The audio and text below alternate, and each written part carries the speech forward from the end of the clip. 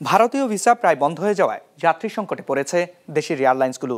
যাত্রী না পেয়ে এরই মধ্যে ভারতের বিভিন্ন রুটে ফ্লাইট বন্ধ সহ কমিয়ে দিতে বাধ্য হয়েছেন তারা। ইমাম হোসেনের ক্যামেরায় নিয়াজ মোর্শেদের রিপোর্ট। 250-টিরও বেশি ডিজাইন অপশন নিয়ে ওয়ালটন স্মার্ট ফ্রিজ, বোঝে আপনার প্রয়োজন। ভারতের সাথে সরাসরি ট্রেন চলাচল বন্ধ থাকায় রোগীদের ভরসা ছিল উড়োজাহাজ, কিন্তু দেশটি এখন চিকিৎসা ছাড়া অন্য ভিসা বন্ধ রাখায় কমেছে যাত্রী। ফলে ঢাকা কলকাতা ঢাকা রুটে ফ্লাইট বন্ধ রেখেছে নভো এয়ার।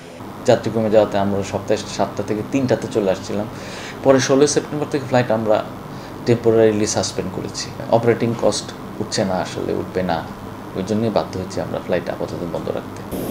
বিমান বাংলাদেশ এয়ারলাইন্স কলকাতায় সপ্তাহে 14টি ফ্লাইটের পরিবর্তে চালাচ্ছে 7টি, দিল্লিতে 7টির বদলে 4টি এবং চেন্নাইয়েও 7টির জায়গায় 3টি চলছে। যাওয়ার সময় একটু লোড আন্ডারলোড যাচ্ছে, কিন্তু আসার সময় গিয়ে 85% 90 এত কানেক্টিং ফ্লাইট ধরে, অথবা বাংলাদেশে আসতেছে তাদের কাজে, এরকম প্যাসেঞ্জার তো আছে প্রচুর। বাংলাদেশ তার ভিসা দিয়ে বন্ধ করে নাই।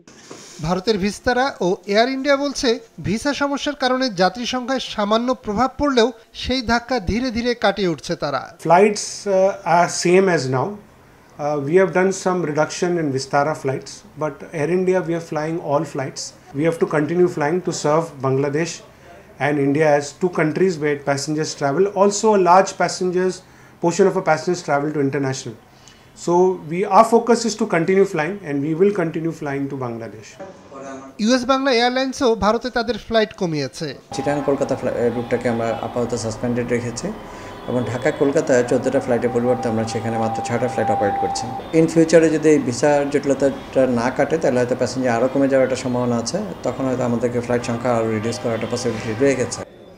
এয়ারলাইন্সগুলোর প্রতিনিধিরা বলছেন ভিসা সমস্যা দীর্ঘদিন চললে বাংলাদেশিরা চিকিৎসা এবং পর্যটনে ভিন্ন গন্তব্য বেছে নেবে।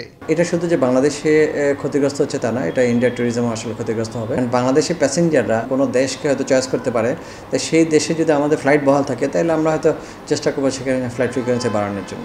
স্বাস্থ্য খাতের যে প্রয়োজনটা, ভারতে যে না যেতে পারলে লোকজন দেশে চিকিৎসা করার চেষ্টা করবে। যারা একটু সচ্ছল আছে তারা হয়তো থাইল্যান্ড যাবে, আর একটু সচ্ছল সিঙ্গাপুরে যাবে।